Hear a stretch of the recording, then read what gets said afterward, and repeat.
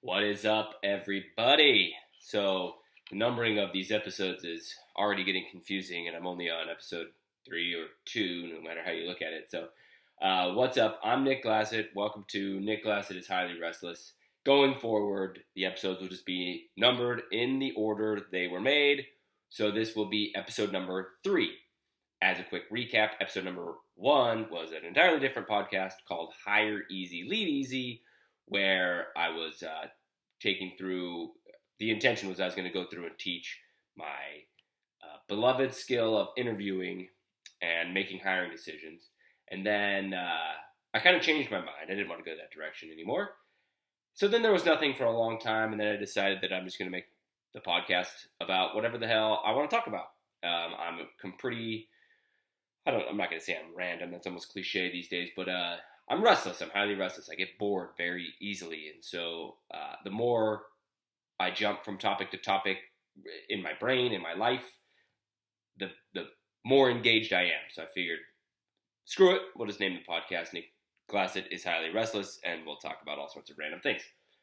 So going forward, this will be episode number 3.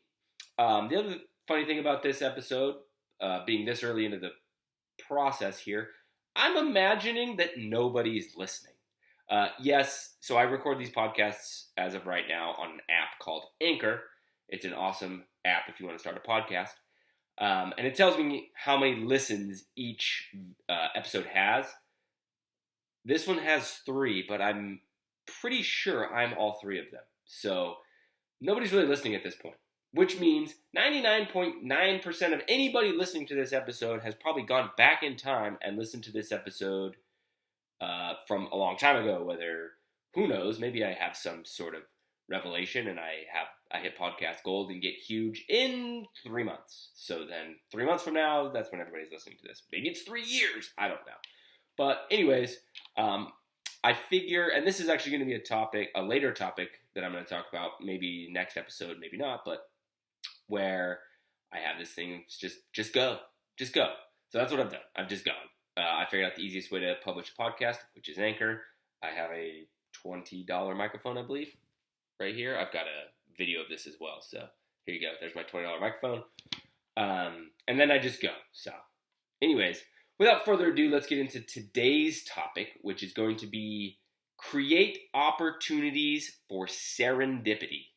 The word serendipity has been around for a very long time. It's kind of fallen out of popularity, but it has been brought back into the limelight, or at least it's been brought back into my life by somebody that I listen to and follow pretty regularly. I probably follow him more than anybody else on social media or in the public eye, and that is Gary Vaynerchuk. He all of a sudden started using the word serendipity. I don't know, probably a couple months ago or something, I heard it say it on his podcast, and I remembered the meaning of the word, and I really like it. I really like the word serendipity. So, and as I don't listen to his podcast every day, but it's pretty much the only podcast I listen to regularly, and he's been using the word regularly pretty often. Earlier today, I was subject to a bit of serendipity, and I kind of imagined myself as a guest, I guess, on his podcast. And no, I actually imagined him a guest on my podcast. But anyways, and then I told the story of serendipity. I actually have 2 of them. We'll see how long it takes me to get through the first one, and then I'll tell you both of them if I have time. But serendipity is almost, nowadays, I guess the term that would be a little bit more relevant nowadays would be karma. But anyways, so the topic is create opportunities for serendipity. And so what I mean by that is, I'm just going to jump right into my serendipitous story, and then I can kind of backtrack a little bit and explain it. So in September, it was actually September 10th. So it was the day I got promoted was September 10th, 2010. I got promoted to district manager at my old job at Journeys.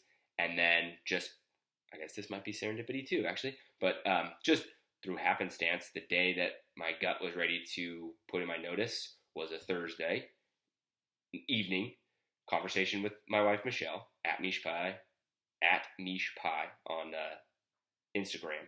But she and I had a conversation over dinner that I was going to quit. So I said, fuck it. And so I quit the next day. It just so happened coincidentally to be September 10th. So I literally was a district manager for exactly 9 years by definition, September 10th to September 10th. Anyways, so I quit my job. My intentions were I was going to start a consulting company. I already have my blog, originleadership.com. It's already got good domain authority. It's already got a ton of backlinks, SEO juice powered into it. I rank on the first page of Google rankings for numerous different things.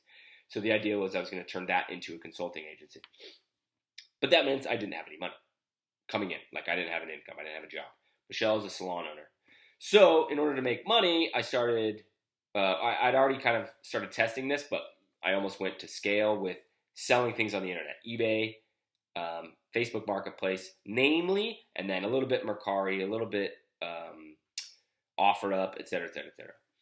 So fast forward a little bit, I'm getting good at flipping, and what I'm doing is I'm selling trash, literally, that I'm taking off the side of the road on Facebook and eBay for profit, okay? And I'm keeping track of the profit on a spreadsheet on the computer. And then I'm posting to social media, mostly Facebook, about I made this sale, I've made all these sales, I had a big weekend, and right, I'll have a big mound of packages going out to eBay, whatever. Getting a word out that I quit my job and I'm selling trash so I can start my own company. What it did was created the opportunity for serendipity. Somebody scrolls through their feed and is like, what is Nick doing? What are these boxes he's always posting, or these spreadsheet pictures he's always posting, or he's bragging about how much money he made this weekend, whatever. Then, guess what happens? People start giving me their trash to sell. Here, I don't want this, Nick. You don't have a job. You go sell it, right? And so I'm almost shameless about selling trash because it's giving me opportunities to come across other people that want to sell their trash. Then I start coming across people, really they're seeking me out. They're saying, hey, I've got a bunch of crap that I want gone, and my HOA in my neighborhood won't let me have a garage sale, so why don't you sell it and we'll split the profits? Cool, so it's all working out great. My buddy, and my old neighbor and buddy, his name is Kip. He owns KLM Construction, so if you're in southern Louisiana and you need some flooring, cabinets, countertops, etc., etc., etc., go look him up, KLM. His name is Kip LeBlanc. But anyways, Kip texts me and says, hey man, or he might have called me. Says, hey man, I got these old bikes. He called me. My kids' old bikes, they were really small bikes. They're 12-inch bikes, like the smallest bikes you can sell. He said, they're just sitting in the shed getting rusty. I don't want them. I don't need them. I know you're flipping stuff, so do you want them? I said, yes, of course. I pretty much say yes to anything except clothes. He says, cool, if you're ever out in Mandeville, just let me know and you can come snag them. I'm like, all right, maybe I can make time this week, whatever. I don't remember if it was later that day or the next day or whatever, I don't know. But all of a sudden, knock at the door, it's Kip. He's like, yo, bro, I was in the neighborhood. I figured I'd just bring these bikes over to you. I'm like, okay, cool. So he comes in, we kind of BS for a little bit, and then kind of a little bit of serendipity happens there where he starts helping me with our house had recently flooded, right? He owns his own construction company. Wow, serendipity right there. So we start with that, and then he gives me the bikes. So I had two, like one of the bikes only had one training wheel, like the tires were flat, so whatever. I fix them up, oil the chains, whatever, post them on Facebook Marketplace, haul them up into the attic. A couple days later, okay, so this is, so number one, I'm pretty shameless about promoting myself selling, quote unquote, trash for profit on the internet because I don't have a job. Opens up the opportunity for other people to find me and give me more trash, right? Gives me more inventory.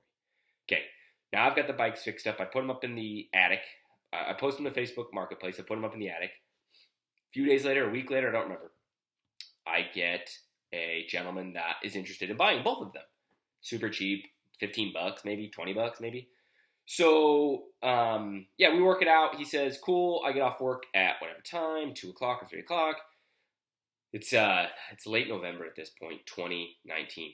So he comes over, okay, he pulls up in a very nice Tundra. He gets out. He's dressed in blue-collar type clothes, like almost looks like he worked road construction, like a yellow vest or something and coveralls, like Carhartts, whatever. And he's super personable. So I'm like, here's the bikes, dude. Okay, give me $20. we're kind of talking, and then he tells me what he's doing is he goes and buys old bikes around the holidays, tries to get them all fixed up, and then gives them to less fortunate kids. I was like, dude, that's badass. I'm super happy that we could get the bikes that Kip didn't want to my hands. I could make $20 because I needed $20, right? I didn't have any income coming in. And then he could go take them, right? Because he has plenty of income. So he has expendable income he can spend on bikes to give to needy kids. So through the whole little roundabout there, 2 kids got bikes for Christmas. That's badass.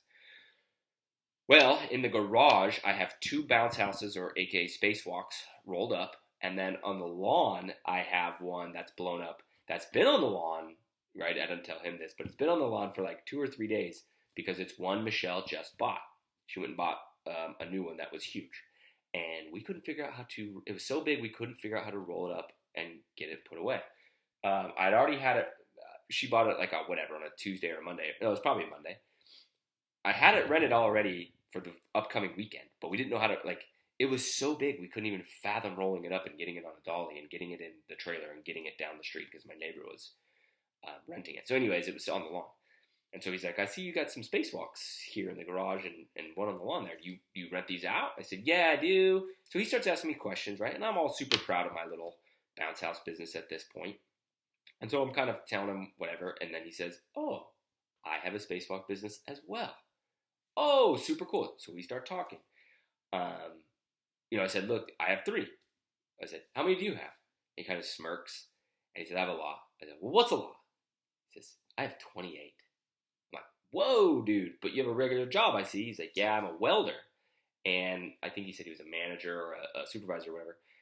And he does really well. But the side business, it's him and his brother, da-da-da-da-da. So anyways, him and I are just kind of going back and forth, just talking about bounce house business a little bit and whatever. And he says, man, you're a cool dude. I said, thank you. I could kind of tell, because we got into a conversation of he'd asked me where I get my bounce houses from. I told him Kenner, and he knew about the guy in Kenner that was selling them, and it's like a big operation, right? They have a whole warehouse full of used bounce houses they sell. And I said, is that where you get yours? He said, no. And then this is what he says, well, you're a cool guy. And I'm like, thanks. And I was like, oh, you're about to tell me where you get your spacewalks, aren't you? And he says, yeah, my brother would kill me if he knew I was going to tell you this, but you're a cool guy, so I'm going to tell you. So he tells me where he buys his spacewalks, and he kind of tells me the story. He bought an entire shipping container full. It was like 20 plus. Cleaned some up and flipped some, rent some out, whatever. That's how he has so many. That's how he has 28. And so I was like, really? And so in my little, on camera here, I'm going to show this, but I'm reaching in my back pocket. In my back pocket, I keep a little miniature journal. It's made by Moleskin. They're probably 4 inches by 3 inches. But I always keep it in my back pocket, and it's just full of randomness. It's just full of randomness. Like, this is measurements. This is, notes from, I'm in real estate, getting my real estate license right now. There's a to-do list, like whatever. It's just random. But anyway, so I take this out of my pocket. I always keep my pencil in my pocket. And I said, yeah, go ahead. What is it? He says, Tony at, what's the name of the company? Red Stick Entertainment. 225, blah, blah, blah, whatever his phone number was. Said, man, thank you so much. We kind of said our goodbyes, whatever. I mean, I literally went inside. I put the $20 that he gave me for the bikes, where I put all the flip money. I call it my flip cash. I recorded it on my spreadsheet, and then I picked up the phone and I called this Tony fella. I got the receptionist, right? This is a big company. So I got the receptionist. Let me backtrack a little bit. So here's Serendipity number 3, I think, in this whole list, where the guy that I randomly sell bikes to that shows up to my house, right, and was the right timing to where I had a bounce house on the grass that I couldn't figure out how to fold up or roll up, and then I have my other 2 in the garage, right? So just imagine if I would have been like, let's see, let me be fictitious here. Let's imagine that I'm embarrassed my garage is a mess, because notoriously my garage has been clean. We parked both cars in it, but nowadays I've got a trailer in there. Now I have 10 spacewalks in there, but so it's a mess. My freaking garage is a mess 24/7. No matter how much I try, it's a mess, because then I also got all the shit that I flip, right? So I post it on this little platform here behind me is my little, where I take the picture of the stuff I'm going to sell, and then I haul it up to the attic, which the access to the attic is in the garage. And so it kind of will pile at the bottom of the attic stairs. So let's just say in fictitious world here that I'm embarrassed that my garage is a mess, and so I take the bikes out, I put them on my porch, and I close my garage. Okay, and let's be honest, I was kind of being lazy, not figuring out how to roll this bounce house up because I didn't need to yet. There was no urgency to until Friday when I needed to drop it off. But let's just say I didn't do that and I didn't have it on the lawn. This guy shows up to buy bikes, goes, here's $20, cool, I give him to poor kids, and leaves. But instead, for whatever reason, I'm not ashamed of my messy garage. I've got bounce houses everywhere, and the place looks like a total freaking mess. But that right there is serendipity that opens the door for him to start the conversation about bounce houses and then give me Tony's phone number. Crazy, right? Okay, so then anyways, serendipity number 4. At this time, I had started a business called Let's Get Lit, where I was installing Christmas lights on people's houses. So my business model was, I'm going to install your Christmas lights for a low price instead of you renting Christmas lights from me for $2,000. So what would cost you $2,000 is going to cost you $200 to $300. I was literally the only person in Southern Louisiana doing this. I had clients from Baton Rouge to New Orleans to Slidell, all over the freaking place. So anyways, one of my first clients is from Prairieville. It was a woman named Amanda, and who I was chatting with, which is almost always the case. I was chatting with the wife, and then I would meet the husband sometimes when I get there. It was from Prairieville. So where do you think this spacewalk company, Red Stick Entertainment, is located? Prairieville. I got to drive an hour, whatever, in 15 minutes or something to go do a estimate in Prairieville the next day anyway. So what do you think I'm going to do? I'm going to kill 2 birds with 1 stone. So I call Tony. I leave a message with the receptionist. I never hear back from him. I call again. Never hear back from him. The next day comes. This is the next day. I'm going to Prairieville. Call again. He's busy. He can't talk right now. Whatever. My mom at the time had also quit her job, so she was bored. So she said, "Screw it. I'll just go with you to Prairieville." Oh no, she was investing $2,000 into the bounce house business at this point. And so I told her about the whole thing. She's like, "Well, if you're going to go see if you can buy more bounce houses, I'm investing $2,000 of my money into your company. I'll come with you." So anyways, we drive out. I do the estimate. I meet Amanda's husband, Dave, when I do the Christmas light estimate. He was an awesome dude. There was almost serendipity there, but it didn't end up going that direction. But do that, and then I still haven't heard back from this Tony guy. But I'm right down the street, so I'm like, the hell with this. We're just gonna go knock on the door. I pull up. It's a nice building. It's a big building. I'm like, wow, this is a lot of bounce houses, man. I walk inside, and the lady's like looking at me like, "Who are you?" I'm like, "Hi, I'm Nick. I'm here to see Tony. I want to buy some bounce houses. Do you have an appointment?" "Well, no, not really, but I've called 3 times. She's like, "Oh, you're the guy who's called." I said, "I'm the guy who's called." She said, "Well, let me see if he's busy." I'm like, "Man, he's busy right now for sure. So if this guy's a normal human being, I got no shot." All of a sudden, through walks the door a guy. He says, "What's up? I'm Tony. Follow me on back." I said, "Oh, okay." So we go back into the warehouse. We walk out back to behind the big warehouse, and he points to a shipping container. He says, "I got whatever, 20 something in there. You can have them all for $5,000. I said, "That's a little bit much for me, dude. I'm working out of my house right now, and while I do have $5,000, I don't know if I want to sink $5,000 into my little side hustle bounce house business." He says, "That's cool. See that black trailer back there?" I said, "Yes, it's a black enclosed trailer. It's a little beat up. It's got painting on the side, like graphics on the side of a mobile gaming trailer. So like they show up to a party, I guess, and you can play Halo, whatever." Kind of dating myself there with the Halo reference. But anyways, he says in that trailer, it's just an empty trailer, but it's got, I think, 7 bounce houses in it. You can have those 7 for $1,800. And I need that trailer gone for whatever reason. So if you want to take the trailer too, you can have it. Just give me $2,000. You can have the trailer and the 7 bounce houses. I just went and looked up that number. It was $2,000. I went and looked at the sales receipt he gave me. So anyways, I'm like, okay, well, can I see what's in them? Like, can you blow them up? Right? And blowing up 7 bounce houses is no small feat. He says, "Yes, but not today. It's like 3 in the afternoon at this point." He's like, "Not today. I don't have time. I'm super busy. So if you want to come back next week on Thursday. I can blow them all up and we can make a deal. Okay, whatever. He shows us inside. He actually is a super, ultra, mega nice guy and very informative. He's teaching us all sorts of things, and he's showing us some pictures of what he thinks is in the trailer, when they are new, whatever. So we leave. My mom and I leave. And so then we're not even halfway home. And I kind of turned the radio down and looked at her. I said, we're fucking stupid. We should have just bought those bounce houses. And she's like, I knew you were going to say that. I had called Michelle and told her about everything, and she's like, you just bought 7 fucking bounce houses? Like, what, are you crazy? And I was like, no, I didn't buy them. I finished telling her everything. By the end of the conversation, she says, I can't believe you didn't buy them. So anyways, I get home. I call Tony back. I say, hey, dude. I actually text him. I said, JK, screw next Thursday, which was a week and 2 days away. I said, I'll just come tomorrow and buy them from you for $2,000. He said, cool, cash only. I wadded up all the cash we had in the house, which was like $2,005.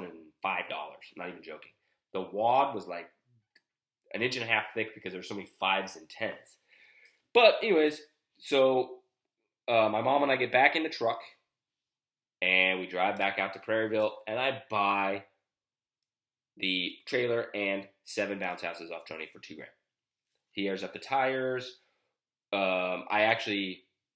I had found some other cash lying around somewhere, so I talked Tony into selling me 2 blowers at a really good deal, and so then we bounce. So we get home. So now I think this is the Wednesday before Thanksgiving now. So I think we get home, and it gets dark super early in November, so it's like dusk. We're just pulling them out and blowing them up as fast as we can. And it's like the bounce house lottery. We have no idea what we're blowing up. It's just crazy. I've got this trailer parked in front of my house. I know I can't keep it. I measure the garage. This thing's way too tall to fit in the garage. It's too deep to fit in the garage as well. And I got an HOA, so I know I can't keep this thing. I know I can get away with it in the front yard for a couple days. So over the next couple of days, we have some rentals. We pull some out. We ended up renting 2 of them. Literally pulled out of the trailer, blew them up, took a picture, rented them out over Thanksgiving. Right? Thanksgiving's super busy, as it is for everybody, so it takes us a couple days to go through the whole inventory and get everything blown up. So I believe this was a Saturday because Michelle wasn't here, right? Because she works every Saturday because she's a salon owner. It's her busiest day. We'd finally blown them all up. We pulled them out. Turns out there was 9 bounce houses. So each bounce house was only $200. And then I got a trailer for $200. So we use this trailer to make some drop-offs. I freaking love this thing. I've got it all hooked up. I got my extension cords hanging inside. It's just badass, but I know I can't keep it. I don't know anything about trailers. It is a little beat up. I know it's worth some money, but I don't know how much. I do a little bit of research. I decide it's probably worth $2,000. I'm just going to sell it for $1,800, get it out of here. So I take I take a bunch of pictures of it, right? Because I'm good at selling stuff on Facebook Marketplace. So I take a bunch of pictures of it, post it on Facebook. I'm dirty because I've been doing bounce house crap all day. So I go jump in the shower. I get out of the shower. Not joking. I had 34 people that wanted that trailer. Every single one of them wanted the title, which I didn't have the title at the time. Because when I bought it from Tony, I got there. He says, found out we don't have the title to the trailer. The guy who we bought it from still has the original title. So you take everything. I'll give you this bill of sale. And then I'll get you the title next week. Cool. So I'm chatting with all these people on Marketplace, don't have the title yet. They say, cool, call me what it is. Call me what it is. I want it. Call me what it is. Literally, and it just keeps going, right? I get out of the shower to 34, but it just kept going. It was over 50. It just kept going. Randomly, and I don't know how or why. I wish I would have filmed it. But randomly, a guy named Joe messages me about it. I don't know why. Maybe this is Serendipity too. Maybe this is number 5. But I end up telling him that I have the trailer, I don't have the title, and I can't have the trailer at my house because of my HOA. So what Joe, and I've told every single freaking person, some version of that. Anybody that's interested, I've told, but the HOA part I didn't ever include. Just with Joe I did. I have no idea why. So anyways, Joe, now that I know him, is just a go-getter. Like, he's just a badass. But anyways, so Joe says, well, why don't I just show up? I'll take the trailer. This may have been the next day, but I'll take the trailer. I'll pay you whatever amount of money. I'll take the trailer. I'll have my trailer guy start working on it. I'll get it going. I own a construction company. I need it for, tools, whatever. And then when you get the title, we can meet back up, and you can I'll give you the other half of the money. I said, cool. So he shows up, and he's like, all right, is that cool? I said, yeah. So he gives me a check for $900. I said, cool, Joe, I'm not going to cash this check. I'll get you the title, and then, you can either write me another $900 check, or we can rip them all up, and you write me one $1,800 check next week, whatever. So, right, this is the day before Thanksgiving, I think. Time goes on. Can't get the title. Tony cannot get the title. Tony's, the guy that owns the company Tony works for, the guy that owns Red Stick Entertainment. I've never met him, but his name's Rusty. But Rusty can't get the title from the dude they acquired this trailer from. He's ghosting him. He's dodging him. He's ducking him. Whatever. I start to kind of, I just don't know what to do. I don't know anything about trailers. I undersold the freaking trailer. I could have probably got $3,000 for that thing. I got $1,800 for it. So I don't know what to do. I start researching. Tony says maybe you can get a lost title, file for a lost title. I look into that. No, I can't. I literally call the title company that I go through. Like I have another trailer that I've bought, and I had to get registered and titled. So I call that, my title guy, and I start asking him. He says, no, you have what we call a trailer story, where you have this trailer that you bought, and you bought it from a guy who knows he bought it. Except nobody knows where the title is. It's called a title story. Or I'm sorry, it's called a trailer story. He said, what you need to do is take the trailer to the state police and prove to them you bought it. I said, well, I have like a bill of sale for it, but it's like a handwritten. He's like, I would just go to the state police and just ask the questions and see what's up. I'm like, oh, geez. Okay. So I'm like, well, I know Joe has the trailer, and I'm sure Joe's already using the trailer because he's giving me money for it. So I start chatting with Joe, and I kind of tell him, I'm like, look, I can go handle all this trailer stuff, or if you know about trailer stuff, maybe you can handle trailer stuff, whatever. And so it's kind of sparse communication because I'm not in like some crazy rush, right? All of a sudden, Joe stops responding to me, and Joe won't pick up my phone calls, and Joe won't return my voicemails, which is weird, right? I only have a very small amount of interaction with him on a face-to-face level right up front of my house right there. But I'm getting, as any person would, a little nervous, right? Still have this $900 check that was pinned to my bulletin board, my bounce house bulletin board. So I kind of am like, okay, I'm going to go deposit this $900 check in my business account for two reasons. Number one, just to make sure that I get the $900 at least. Number two, he won't pick up my texts, and he won't pick up my phone calls, and he won't pick up my voicemails. What better way to communicate with a human being than to take $900 out of their bank account, right? I figured it was a good way to communicate with him. I'm going back and forth trying to figure out how the hell to get this title situation, and all of a sudden he's gone, so maybe this will get his attention. So I go cash the $900 check. Everything's all good. There's no funny business with the check. Finally, I get in touch with him a couple days later, and I don't know why I don't know if he was on vacation. I have no freaking idea. I didn't ask, but he was about to get surgery. I was like, oh my God, good dude. Not that big of a deal. It's just a freaking trailer. Go get your surgery. Call me next week or whatever. So we end up linking back up the week after, and he's like, look, I guess I just got to pay you for the trailer. Because I have the trailer. I'm using the trailer. I'll figure out the title. And I said, look, dude, I'll figure out the title. I just have no idea what I'm doing with trailers. If you know what you're doing with trailers, maybe, I just was thinking, if you've done this before, maybe it'd be easier for you. He says, I don't know, he was very short with me because he was, right, post-surgery. He said, whatever, we'll link up next week and I'll just freaking pay you. Okay. So then I finally end up getting a hold of him, or we finally end up linking up. So it's, I think, 2 days ago, Monday, which is March 1st. And he's like, I said, look, what day is a good day this week for us to sit down? We can discuss this trailer issue. And he says, I'm busy Tuesday. What about Wednesday? I said, yep, Boston. My son has a doctor appointment at 9. I'll drop him off at school. We can meet up. Cool.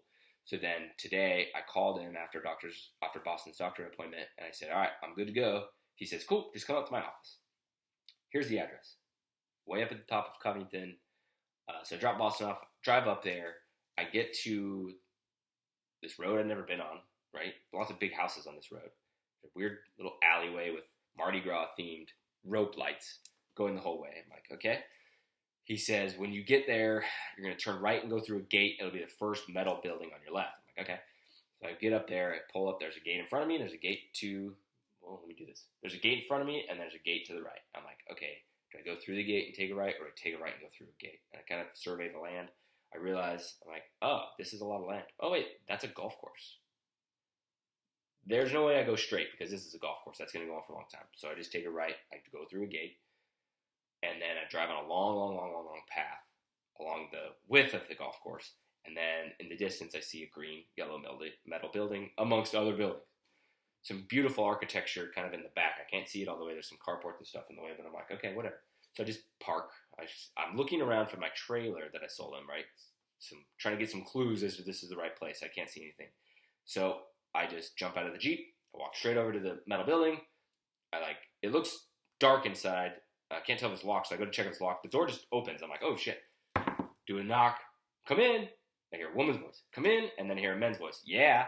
And I knew it was Joe's voice. I remembered his voice. So I poke my head in, I walk in, and there's a receptionist, I guess. And I was like, hi, I'm just here to see Joe. She said, yep, he's in the other room. Yeah, okay.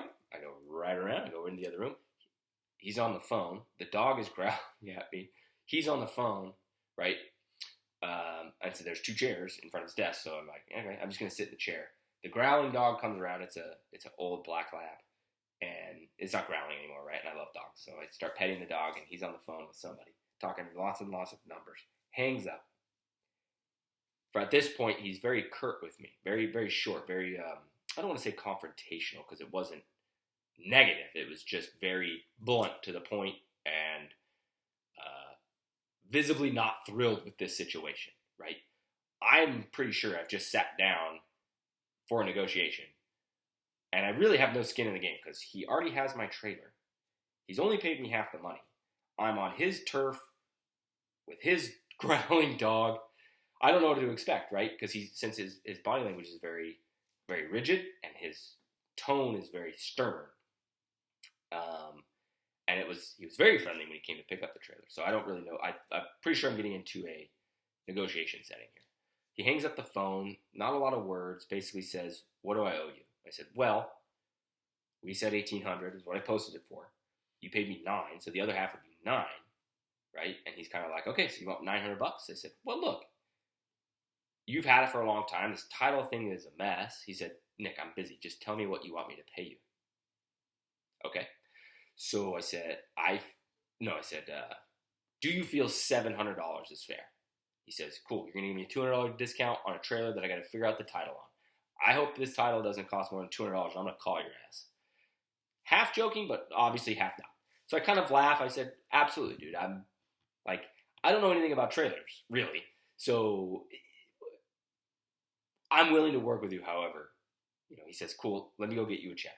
On his way out, he's talking to the receptionist. I got to get a check for this guy. I've had his trailer for months, blah, blah, blah, blah, blah.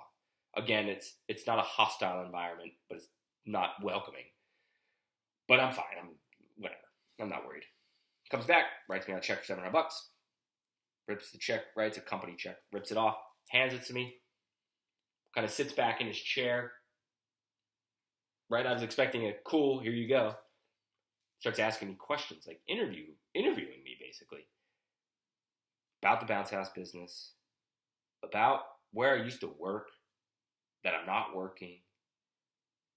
Come to find out, I start saying, oh, and this. He says, I know, I saw it on your Facebook page, right? We're friends on Facebook. I friended him after I sold him the trailer.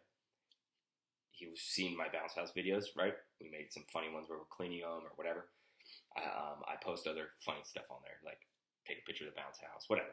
You can go check it out. It's facebook.com / it's the jump off 11. It's the jump off 11.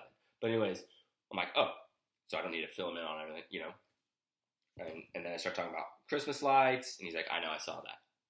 I'm like, okay, so this guy knows everything I've been doing. Starts asking me all sorts of, right, his demeanor completely changes. He's now very friendly, very forward, very open, very welcoming. He yells at his assistant to come in because I'm talking. I'm just kind of telling my story or whatever. And he yells at her to come in, and she's like, Joe, I'm too busy, I'm working. He's like, no, this is what you want to get into. You need to hear this guy's story. And I'm like, this is crazy. So anyways, I start talking, and I just talk about bounce houses. So he yells in there, that I have bounce houses, rent bounce houses. And she says, cool, I rent a bunch a year, whatever. I mentioned I drive Uber, and then I also drive some private clients. I was like, dude, I got cards for that. He's like, you need to give me a card. You need to give her a card. What do you charge for airport trips? What do you charge for this? What do you charge for that? And so it's kind of like serendipity moment number, I think we're on number 5 now, where through all this mess, once me and Joe kind of put the title bullshit to rest and behind us, and I have a $700 check in my hand, the serendipity starts to kind of almost rear its head, right? Because she rents bounce houses all the time, and he needs people to drive him all the time, and I drive privately and I drive Uber. That's awesome. Here comes real serendipity moment number 5. The conversation kind of dies down for whatever reason, and I said, and then I told him right now I'm working on getting my real estate license. I'm done with my 90-hour course. I've already sent in my certificate of completion and my application for my exam to LREC, Louisiana Real Estate Commission, with a check for $90. And he said, he kind of gets quiet, looks right at me, right in the eyes, and says, I'm glad you're doing that. I said, oh yeah? He said, she has her real estate license, and so does, I think he said his wife or his daughter. I don't remember. I'm like, really? He's like, I got a partner that I'm partnering up with that's been in real estate. He's partially retired, in real estate. We're going to start a brokerage. Interesting. He says, we're really close to being able to start our brokerage, but we can't yet. We got some boxes we got to check, more or less.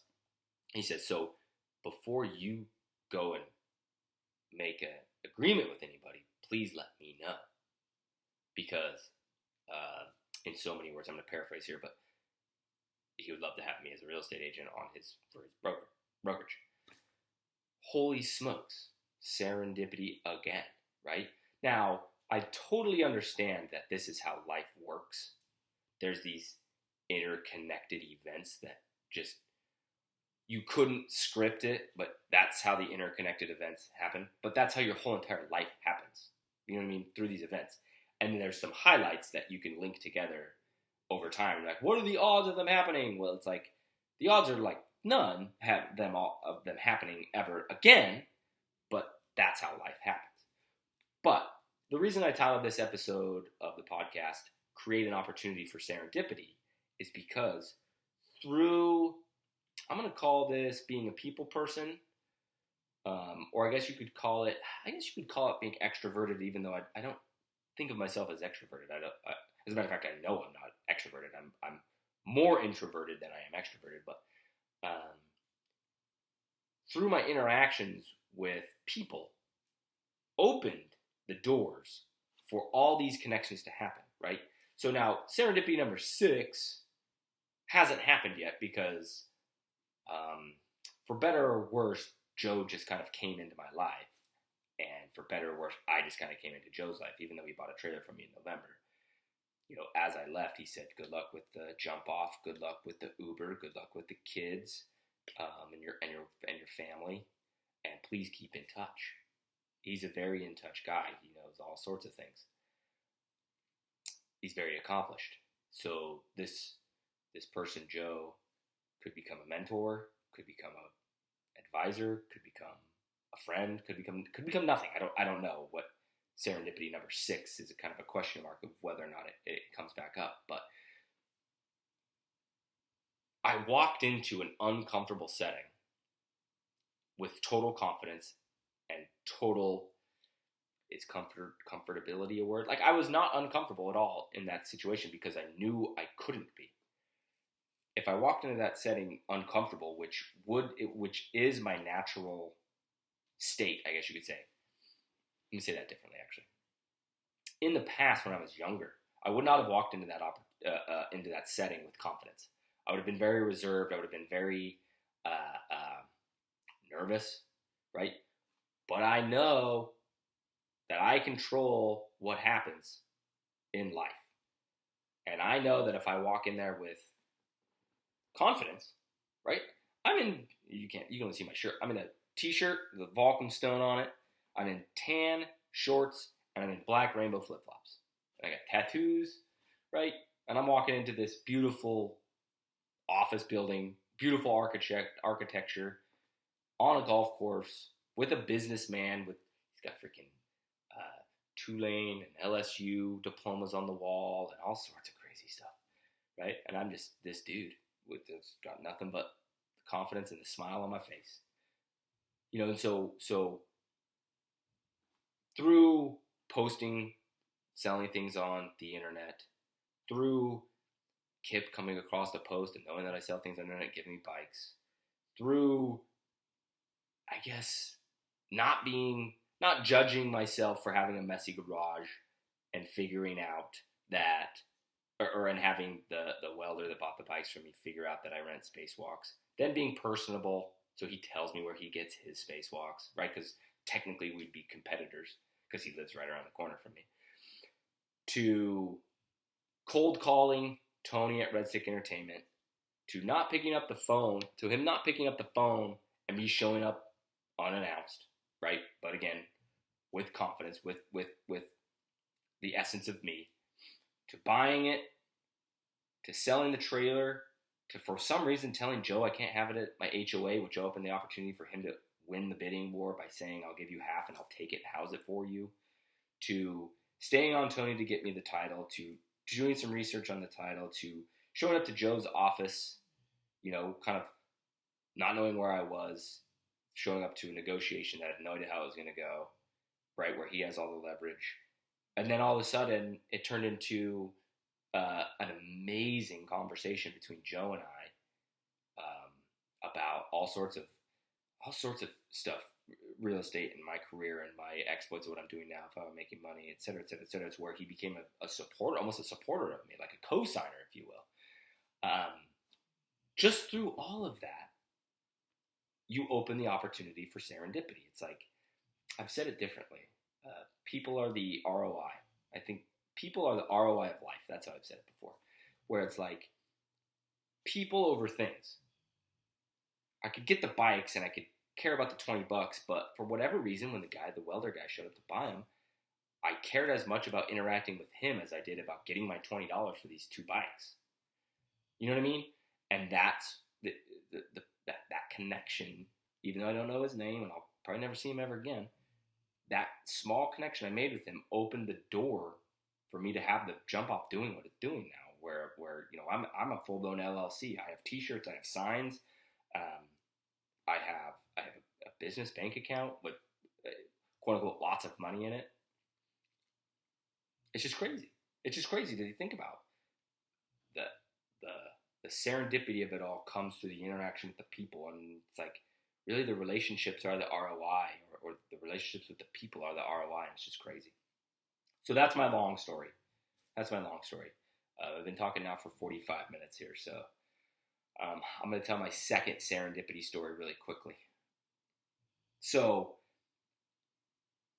shift gears. I'm now installing, this has got a little bit of funny in it too.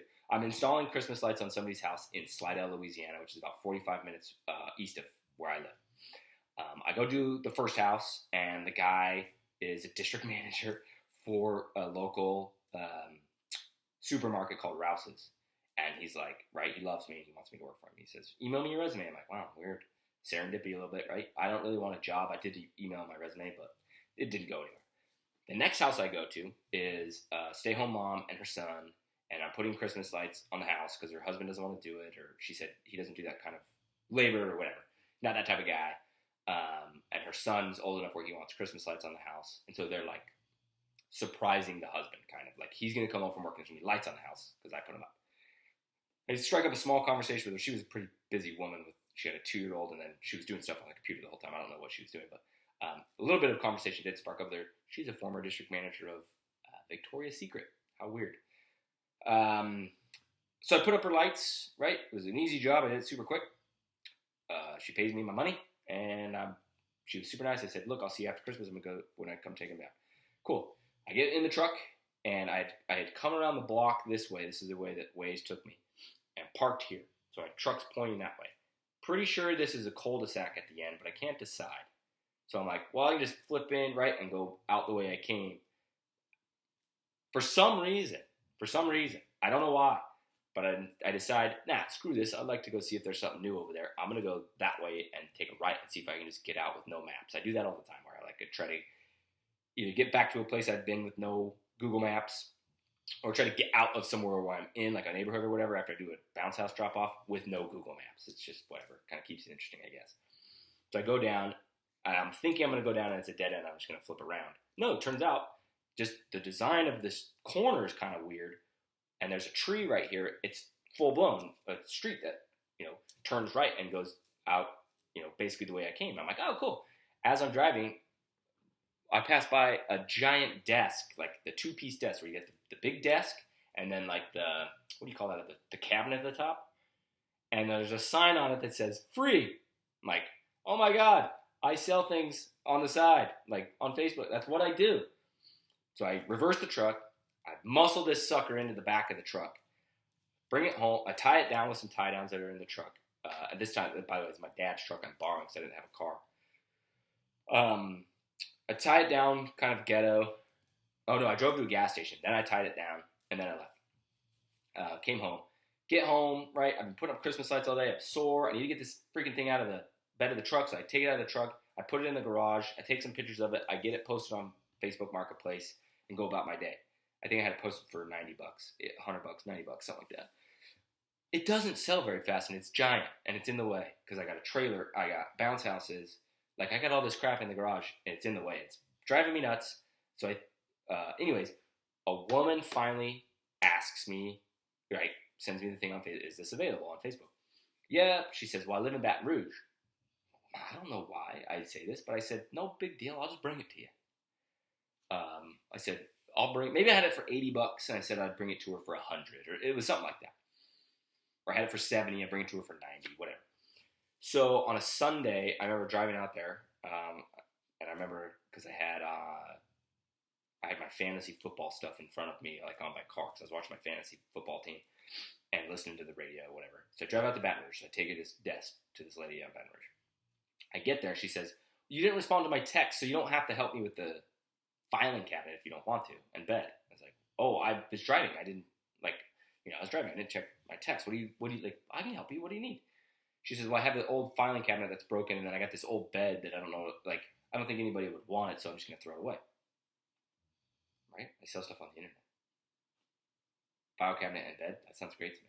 So I said, well, let's get this desk inside, right? So me and the lady moved the desk inside. It's for her elderly, hard of hearing aunt, who was a sweetheart, by the way.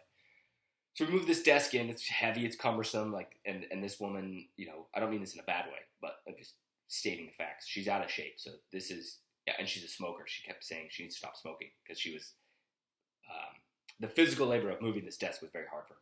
So anyways, we get the desk in. We put it all up. The aunt loves the color. It fits the room great.